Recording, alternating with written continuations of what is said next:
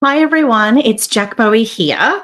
Just a quick little live because since I've launched my podcast, Wedding Empires, I've had a lot of cool messages come my way with people asking what tools I'm using for my podcast, especially those of us in the wedding industry who are tuned in and learning about how to run or grow a wedding business.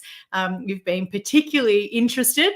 So I thought I would take this opportunity to run through a couple of the favorite items that I use to create this podcast every week.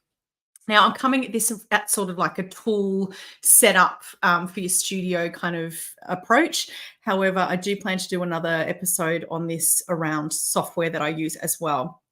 So the first thing that I want to tell you about is something that's actually new, and I can't obviously bring to the screen everything that I'm using because I'm using it right now. But this one here, this gets a little mention. It's called the Elgato Stream Deck. Now, this thing's really cool. It's basically like a little panel that you can use to stop, start all these different things. So I could be stop starting my YouTube stream.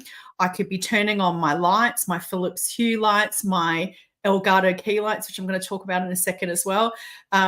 Play my themes, my intro song, my outro song, play an ad, all from this little doobie whacker. So it's USB powered. I'll give you the link to this at the end, but this is like a beautiful little touch screen that you can stop and start all different software that you need throughout your podcast. The next thing I want to talk about is this thing right here, my Rode NT USB microphone.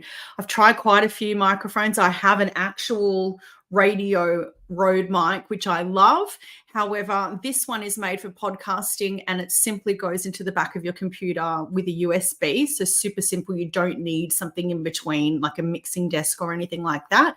You can use headphones and it's got a knob for, I can show you. It's got a knob for your headphones and a volume knob for your microphone as well. So it's got everything you need. It'll pop a stopper at the front so you're not doing those ones. But as I said, it goes into your USB, into the back of your computer, and it's got a super long cord too. So if you're needing to interview someone far away or a studio is quite big or you've got a set or whatnot, you've got a lot of length there to play with. The next thing I want to talk about is these Elgato key lights. Super cool. I got a pack of 2 from Amazon. Again, I'll share the link for this shortly. But this is all powered through my computer where I can, with my mouse, switch them on, switch them off, also adjust the level of the lights. I can make them warmer, more blue, depending on my mood. And they're both set up in sync right there. And I can do it and I can preset different things for my show as well if I like. The next thing I want to share is this camera that I'm using. It's called the Sony ZV-E10. It is fantastic. It was made for vloggers. It's got a cool little microphone, little puff thing on the front. I don't know what it is, a little powder puff thing on the top. But this can be set up with a few different alterations to be like your permanent webcam. And it's got excellent quality in terms of definition and whatnot. This link I am going to share, you do need to add on your, your lens on top. So this is a body only link. And I can make some recommendations around which lens. I'll pop that on the link as well. This is beautiful. It's lightweight. It can, like most cameras, adapt to any sort of fixtures and whatnot. I've got it at the moment on a little tripod on my desk. So I've got it at eye height. This is a wonderful camera, which you can, as I said, adapt slightly with a couple of tools to make it your webcam and high quality at that.